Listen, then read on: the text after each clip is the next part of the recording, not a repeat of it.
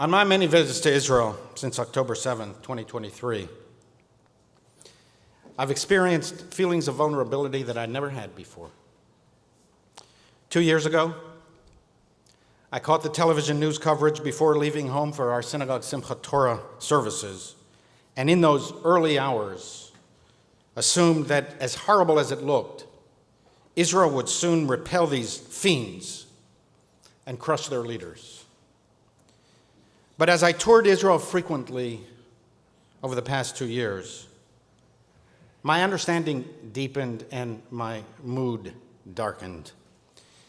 In addition to the enormous, unprecedented destruction of lives, livelihoods, and property that I saw, and the searing, unrelenting, soul-crushing national trauma that still cracks my heart, now, 2 years on, I realize that October 7th, 2023 was one of those existential moments, equal in magnitude to the wars of 1948, 1967, and 1973.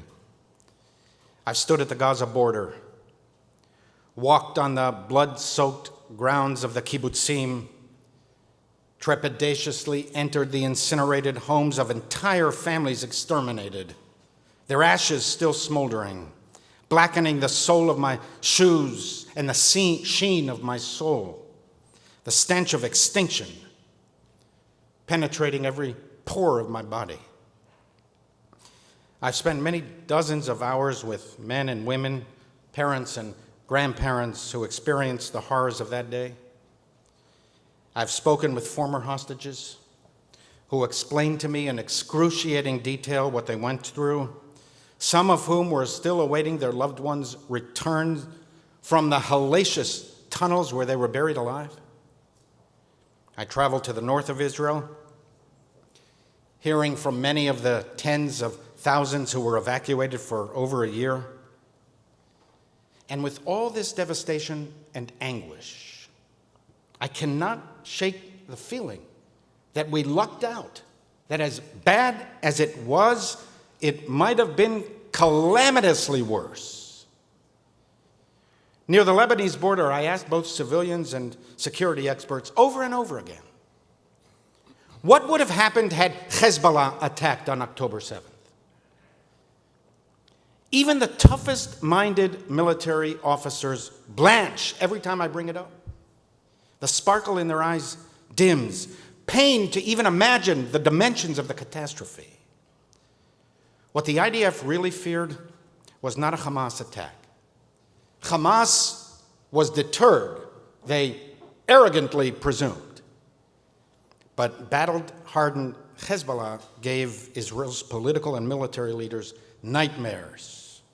They had built a ghastly network of tunnels, armed themselves to the teeth with over 150,000 Iranian-supplied projectiles of all types and refined invasion plans designed to decimate Israeli border towns, seize hundreds of hostages, and inflict massive death and destruction. Historians might look back and mark October 7th as the day that could have been.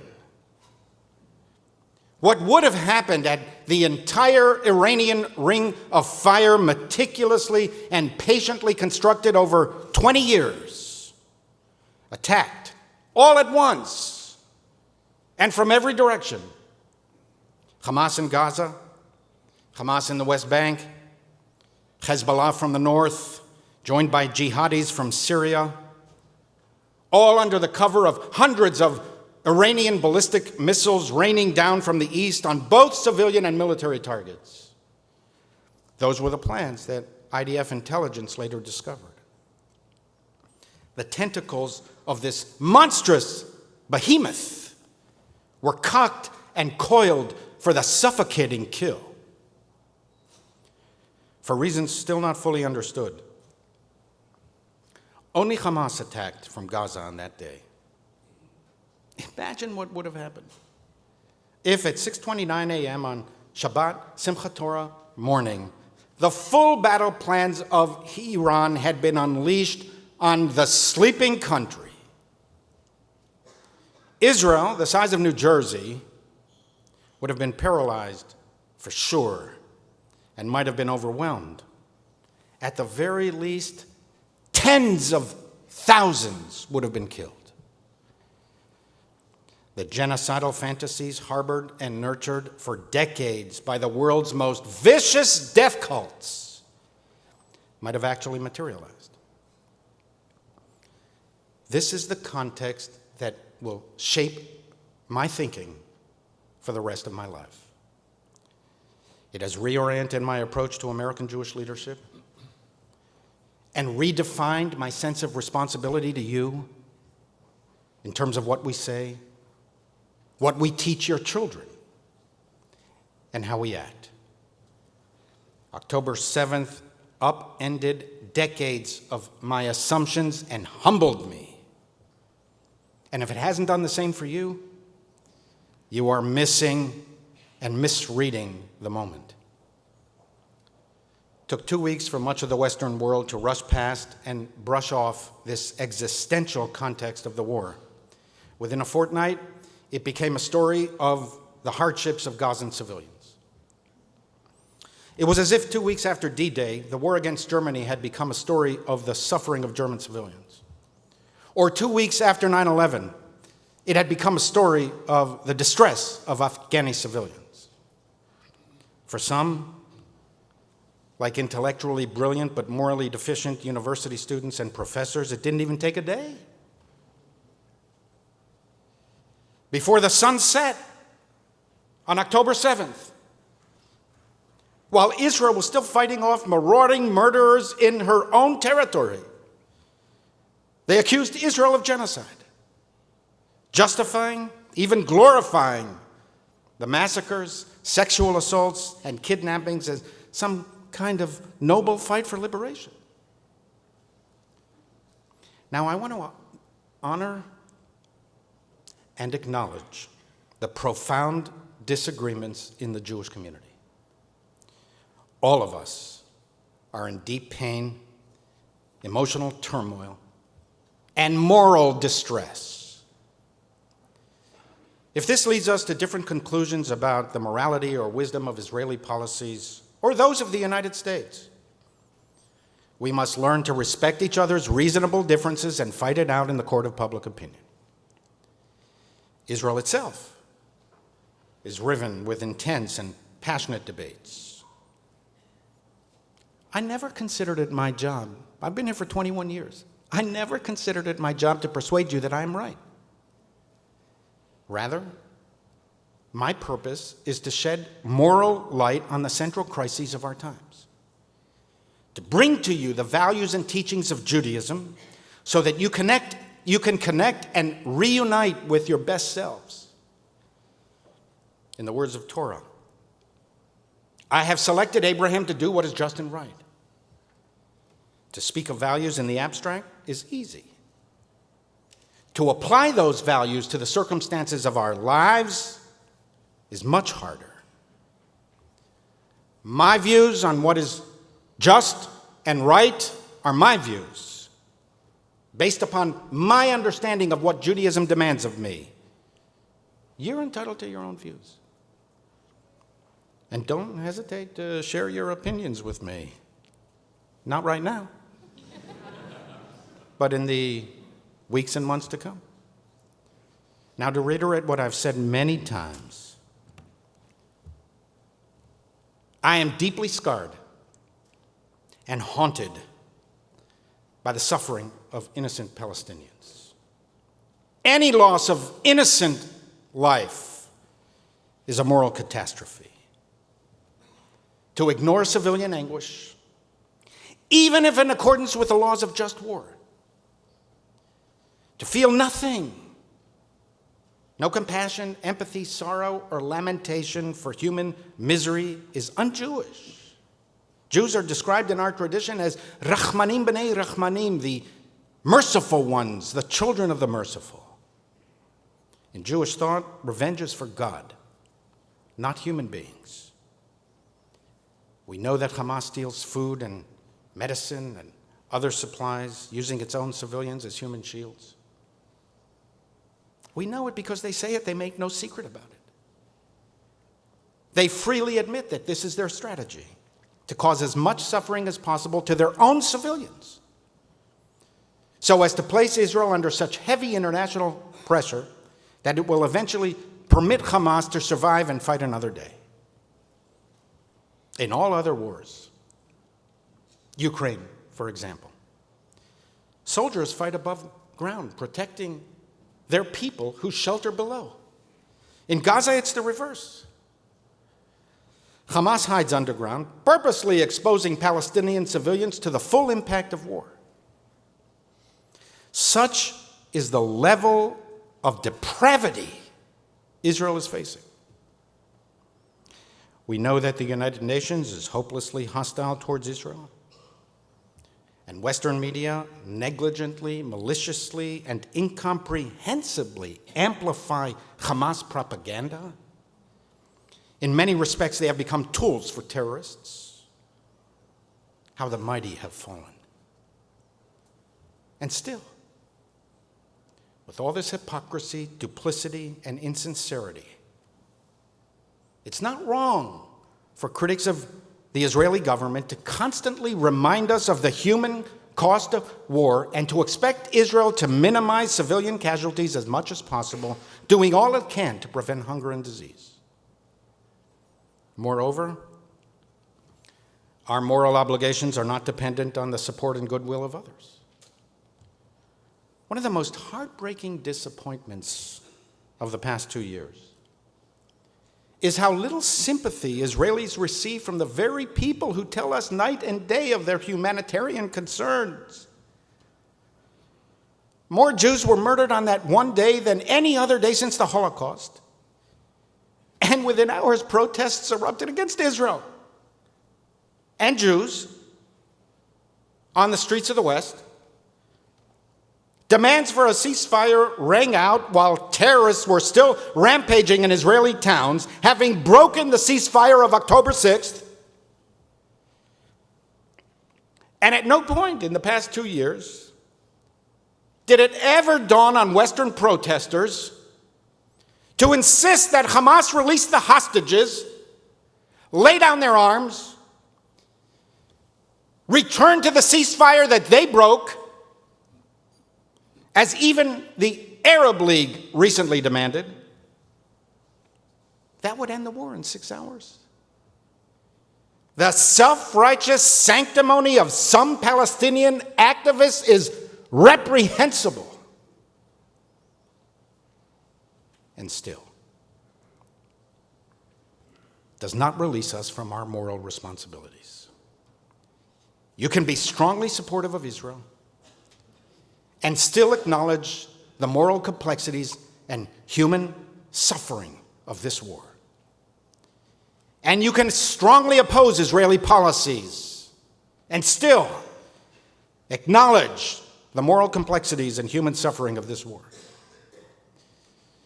There are just wars, but there are no good wars. Even wars of no choice force us to kill. The longer the war, the more the heart calcifies. To paraphrase Nietzsche, he who fights too long against dragons becomes a dragon himself. And if you gaze too long into the abyss will gaze back at you. I don't want Israelis or American Jews to become as cold and as hard to the brutalities of war as dragon scales. And herein lay the central tension at the heart of the modern Jewish experience. Israel was founded to empower Jews. As Max Nordau, one of the great early Zionist thinkers, wrote, the best Jewish idea in the past 2,000 years is Zionism. After 2 millennia, a persecuted, abandoned, decimated people finally rose up and said, enough.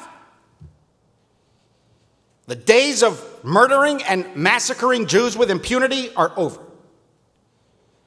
After centuries of futilely relying on the goodwill of others, we will protect ourselves. We will defend our people. We will be masters of our own fate. Gone are the days when Jews allow themselves to be slaughtered. We don't expect Jew hatred to disappear. We know that some of us will continue to be assailed, but we will fight back. We will no longer allow you to murder, rape, kidnap, and brutalize Jews with impunity. I've been to Auschwitz, and to Dachau, and to Theresienstadt, and Babi Yar. The eerie silence, punctured only by the steel wind rattling through the barren landscape, where men and women, children and babies once lived and loved, worked and played. And every time I think to myself, this is what happens to Jews when they do not have an army to protect them. And I've been to Nero's and Nachalos and Kfar Aza and Re'im. The eerie silence, punctured only by the hot wind rattling through the shattered glass, broken windows, and desolate houses where men and women, children and babies once lived and loved, worked and played. And every time I think to myself, this is what happens to Jews when the IDF fails to protect them. If they had the power, Hamas, Hezbollah, and Iran would have made the whole country look like those broken, desolate border towns. I wish by now that humanity had progressed enough so that if the lion does not lie down with the lamb, at least the lion would tolerate the lamb and give it some space to graze. We must continue to work towards that day, fighting for its realization. But in the meantime, such as our world is now, it is not necessarily a sin to be strong, nor is weakness necessarily a virtue. The impulsive attraction to the weak because they are weak, the assignment of no moral agency to them, the whitewashing and cleansing of their horrendous crimes in the name of some misbegotten philosophy of liberation is a profound moral defect. At the same time, the use of force, hard power, is morally perilous and never pure. Even in the most just wars, many innocent people suffer and die. On one of our synagogue missions to Europe, we drove from Prague to Berlin. As we crossed into Germany from the Czech Republic, we passed the city of Dresden. Anybody been to Dresden? It's a completely new and rebuilt city. The historic Dresden, constructed over centuries, was utterly obliterated by the Royal Air Force with the support of the Americans. That's what the Brits did the last time they felt threatened existentially. They didn't warn civilians in Dresden. They didn't drop leaflets. And they didn't give the local civilians 2 weeks' notice to evacuate. Tens of thousands of German civilians were killed in one night of carpet bombing on February 1945.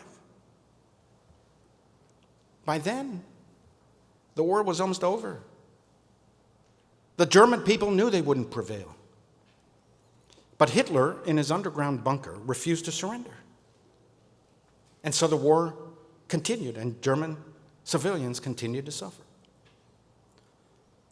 Now, I know that some American Jews, who themselves do not feel existentially threatened, sincerely believe that the cost of exercising collective Jewish power is too high, that there is a kind of moral purity to powerlessness that is consistent with and honors the past 2,000 years of Jewish history.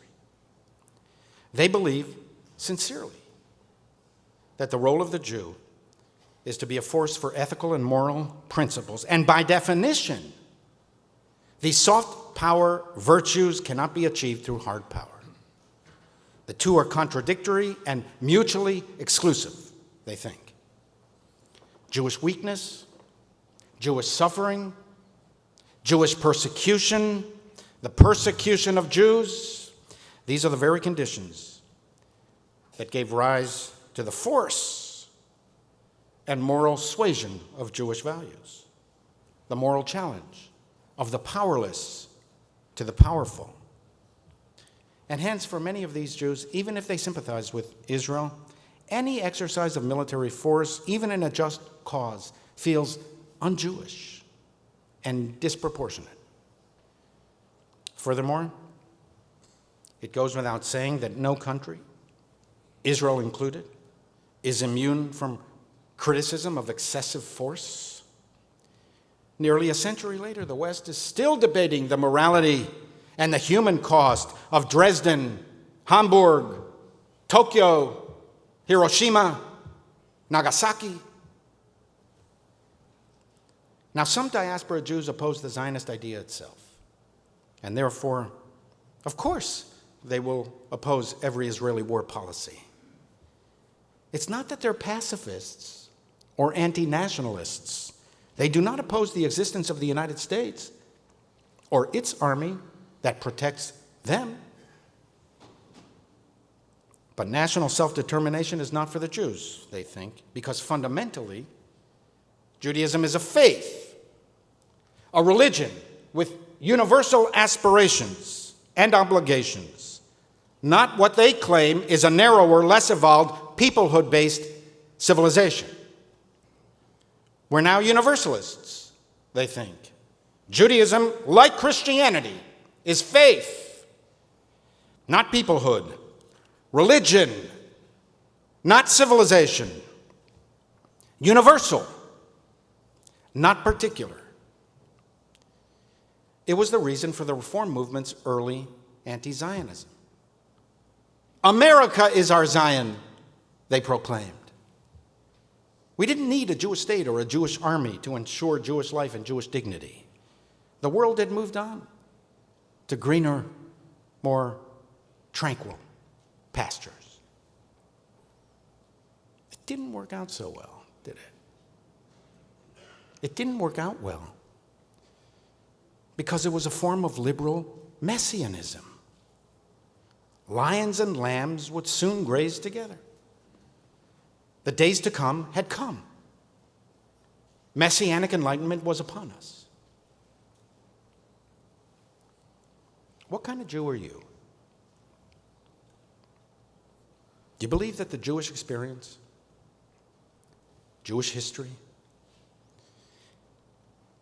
Jewish civilization teaches that the goodwill of the nations and the excellence of Enlightenment values are protection enough for the Jewish collective?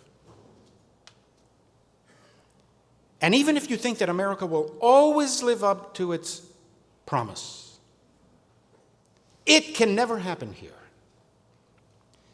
And despite all the evidence, even if you believe that Europe, having learned its lesson from the Holocaust, will always live up to its principles, it could never again happen there. What about all the other Jews? The other half of our people. You know, the ones who fled Muslim and Arab persecution and Soviet oppression and had nowhere else to go. Do you think because your ancestors had the dumb luck of ending up in America that all of the other of the world's Jews can rely on your assurances? Why? Because you know better? You have greater moral insight than those militant Israelis? At best, there is an innocent naivete in these anti-Zionist Jews that may come from a good place. I know many of them, but is unsophisticated in the ways of the real world and certainly the Middle East. At worst, These anti-Zionists represent the arrogant, elitist, privileged, hectoring, lecturing, preening, virtue-signaling diaspora Jew. The one who never lived a mile from Hamas, who's always somewhere else when the bomb goes off, who was fortunate enough to be born to ancestors who escaped to America, rather than those who found themselves in Iraq, Iran, Libya, Morocco, Yemen, Syria, Egypt. They can detach themselves from the real world of messy complications, confident that their own suffering people, their own people, are just too stupid or immoral to see clearly what they so clearly see. A simple solution to what is often literally a life and death struggle. If your existence is not at stake, if you do not feel personally threatened, you see the world differently than those who live on the front lines. Terror feels different. Reading about it in Brooklyn and experiencing it in Be'eri. If you live a mile away, the phrase globalize the Intifada does not mean an aspirational expression of self-emancipation. Jihad does not mean the internal struggle to overcome our baser instincts. And free Palestine does not mean the yearning for a more decent world. These mean what they mean by it. They mean October 7th. Stay humble. Remember that our lives are not only governed by macro politics. For so many Israelis, at the end of the day, after all the debating points have been made, there's just you, your family, your friends, your home, your village, and terrorists who want to kill you on the ridge up the hill. In May, Sarit Zahavi, an expert on Hezbollah, who has monitored the terror group every day for the past 20 years, met our synagogue delegation approximately 3 miles from the Lebanese border. We stood high in an observation point, the entire south of Lebanon at our feet. Sarit pointed out Hezbollah bases and villages where they hid their missiles and tunnels. I asked her what she felt about civilian casualties on the other side in the aftermath of Israel's stunning operation that decimated the terror group. I'll never forget her calm, composed, candid response. They wanted to invade my country, rape me, kidnap my daughter, kill my husband. I don't have such desires for them. I don't hide rockets in my living room and garage. I didn't allow terrorists to take over my neighborhood. It's their responsibility. These were their actions, not mine. Jewish history has proven conclusively that it is far better for Jews to have power and agonize over its moral use than to be powerless and at the mercy of the Dark Lords. Do not misconstrue the clear lessons of centuries of Jewish history. Jewish vulnerability is the widespread impetus to Jew hatred, not Jewish power. It's why in those first few days after October 7th, Israel's enemies were afflicted with a kind of crazed ecstasy. It was exhilarating, shouted one Ivy League professor. This is a gift from Allah to the world, another exalted. Palestine has never been as within reach, applauded a third. for that one brief moment in time, it looked to them that Israel really could collapse. It really could be overrun. And that, not the idea, that is what placed garden variety hatred of Israel on steroids and brought simmering hostility of Jews to a bubbling brew of bilious bile. The telephone tap of one of the terrorists, Mohammed Afuna, on October 7th, deliriously informing his parents of his actions on Kibbutz Mefalsim, reflects and symbolizes this hatred. You can go online and listen to it to yourself if you care to listen. Your son killed Jews, Dad. I'm speaking to you from a Jew's phone. I killed her and her husband. Open your WhatsApp and see how many Jews I killed with my own hands. I killed 10 Jews with my own hands, Dad. 10 with my own hands. His father is heard exulting, "May God protect you, my son," while his mother tells him, "I wish I was there with you." Note that he rejoiced in the killing of Jews, not Israelis. Oh, horror! Horror! Horror! Tongue nor heart cannot conceive nor name thee. Mohammed Afuna can now plead his case before the judge of all the earth. He was eliminated earlier this month by the IDF. Something has darkened in me since October 7th. It's a perpetual heaviness that never lifts. I feel like I've lost some of that lightness of being, that joie de vivre that encourages us to assign good intentions, not only to those with whom we disagree, but also to our enemies. I'm more sober, more skeptical, more wary than I've ever been. I fight with myself, against myself, because I don't want to be this way.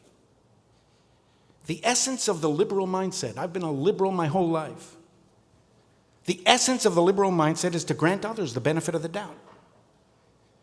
Otherwise, we will be unable to resolve disputes or live together. But even in my darkest moments, I know that we will recover. Life will be good again. This war will end. The enslaved hostages will be redeemed, either for freedom or proper burial in the Holy Land. We will mend the suffering souls of our people. New life is already emerging. The autumn harvest is bountiful. Saplings have been planted in the fields of the Nova Festival. Green shoots emerge from the blood-soaked soil. Our synagogue delegation met Remo Salman and Hosea last May at the now hallowed Nova grounds. He's a 37-year-old Muslim Bedouin Israeli police officer. On October 7th, he was a security guard at the concert. He wasn't even supposed to be there. It was Shabbat, his day off. One of his colleagues asked Remo to join the guard detail because taking on extra security projects is a way for cops to make more money at football games and concerts. And Remo's colleagues told him that this gig would be easy. You'll walk around, you'll see young, beautiful people dancing and singing, and you'll go home after an uneventful day. Remo preferred to stay with his family in the nearby Bedouin town of Rahat, but since there was a shortage of personnel, he felt obliged to help out.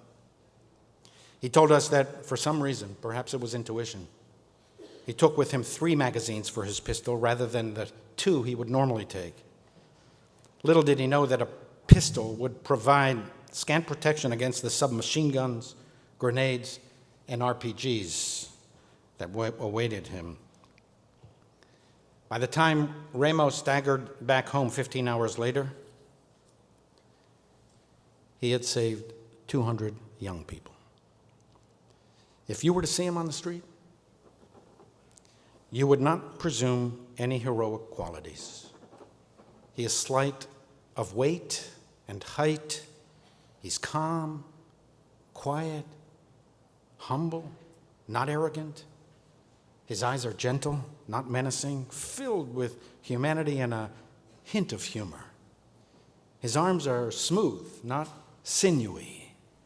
He looked to me kind of like the way I always envisioned David the shepherd facing down the giant Goliath, with nothing but a slingshot. Remo arrived at the Nova site at 6:22 a.m. 7 minutes later, at 6:29, thousands of howling rockets pierced the sky, providing cover for battalions of Hamas terrorists invading the entire south of Israel. Apparently, they had no advanced knowledge of the concert. They stumbled upon it. But once they grasped that there were several thousand young Israelis at the site, they poured into the fields from all three directions. The most horrendous brutalities were visited on young lovers, too chilling to describe here. Remo immediately began shepherding people away from the site onto the main road. Some of them escaped. Alas, many of them were massacred when Hamas blocked the north-south highway, creating a killing zone of trapped victims. If you saw the pictures of hundreds of burnt cars, many were from the Nova festival goers who were caught in the crossfire. All morning, Remo and his police colleagues engaged bands of heavily armed terrorists. We were 36 cops facing 350 terrorists armed only with pistols, he said. These 36 were the Lamed Vavnikim, the 36 righteous souls that our tradition describes as hidden throughout the world to protect humanity from ultimate destruction. 18 of his comrades would eventually be killed. We buried several friends every day, Remo said. They were all heroes. Remo was on the phone with his father when a vicious firefight began. These were his parting words. "Father, if I die, know that I did my duty to protect people." He then dropped the phone on the road, and it stayed open. His father heard everything: the whizzing bullets, the explosions, the feverish cries of frenzied murderers. At 10 a.m., Remo's wife called him in tears. She begged him to come home. She uttered words that tore at his heart. "Your 3 children are crying for you," she said. "Come home." Remo stayed. "If I die, know that I did my duty to protect people." When his last magazine was nearly spent, Remo noticed an abandoned car on the side of the road. The engine was undamaged, the switch was on, and the fuel tank was full. "It was like God touched me," Remo said. "From then on, I understood that my mission was to save as many people as possible." He grabbed whoever he could find around him, stuffed them into this small car, and drove wildly into the agricultural fields into the east. It was the only way out. The north-south highway was blocked, and terrorists were still invading from the west. When he sensed that he was out of gunshot range, Remo dropped off the terrified passengers near a kibbutz greenhouse and instructed them to make for the nearby community. He then returned to the killing fields to pick up more youngsters, and he continued to rescue people all day until nightfall. He could have died 100 times. Not one bullet hit the car, he said. It was like God was watching over me. Remo described that on one of his rounds, a teenage girl ran out from the trees and pleaded, "Take me with you. I'm too young to die here." That broke my heart, Ramos said. I didn't have room inside the car.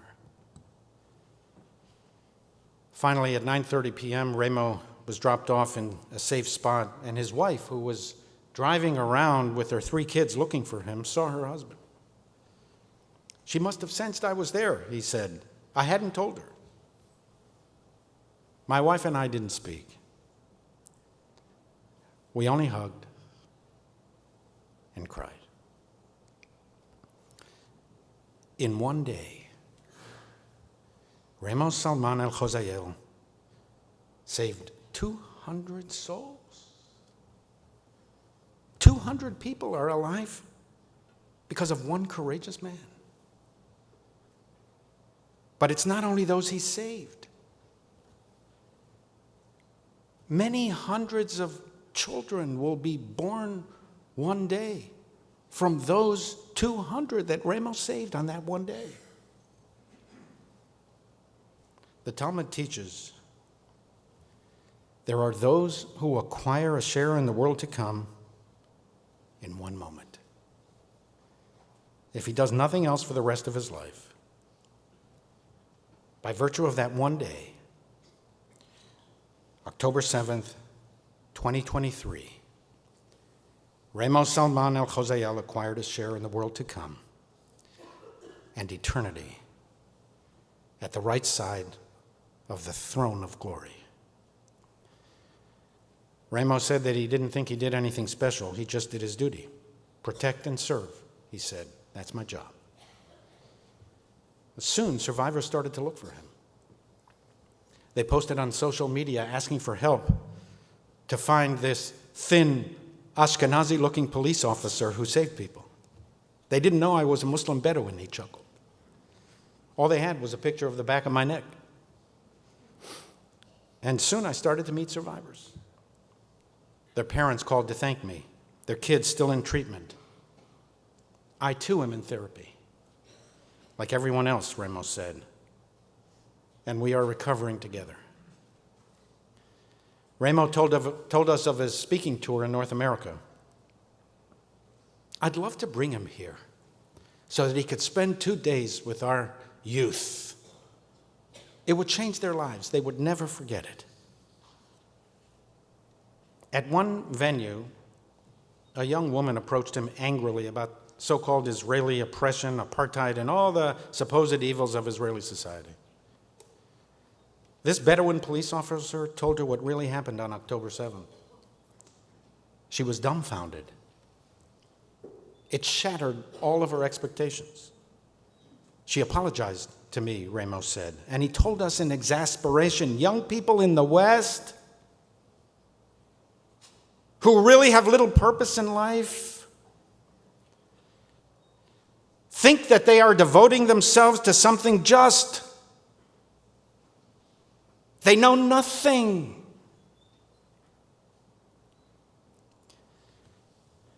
I've heard so many tragic stories over the past 2 years, directly from those who suffered, that as a matter of self-preservation, I've developed a certain emotional detachment. I've never shed a tear in their presence. I think also it might be my upbringing. When I was a teenager in Israel, macho male Israelis never cried in public. And I still avoided a kind of Pavlovian instinct from my rebellious youth. But as Ramos spoke,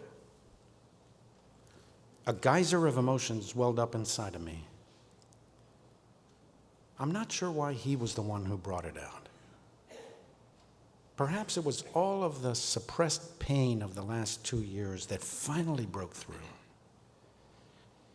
Or just the contrast of this slight, mild-mannered police officer who exhibited monumental feats of heroism in saving hundreds of Israelis of all religions, faiths, and backgrounds.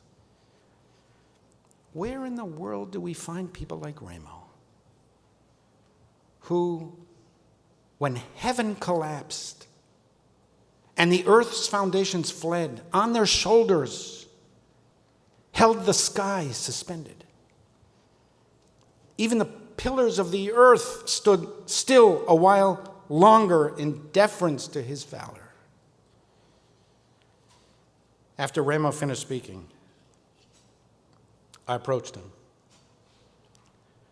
buried my head in his chest, and in a quavering voice and watering eyes, thanked him for his humanity and his courage. All the suffering, all the heartache, the pain and anxiety of the past 2 years, they must have all caught up to me in that one moment, at that one place where over 350 young people in the springtime of their lives were murdered. I hugged Ramo farewell, went off alone into a wooded area of the Nova grounds. And there, under the gentle embrace of the late afternoon sun, amidst the new trees and green shoots emerging from the blood-soaked soil, I wept like a baby, whispering to myself the ancient biblical pledge of our people. Lo amut ki echye va'asaper ma'aseya. I shall not die, but live. I shall not die, but live, and declare the works of the living God. Amen.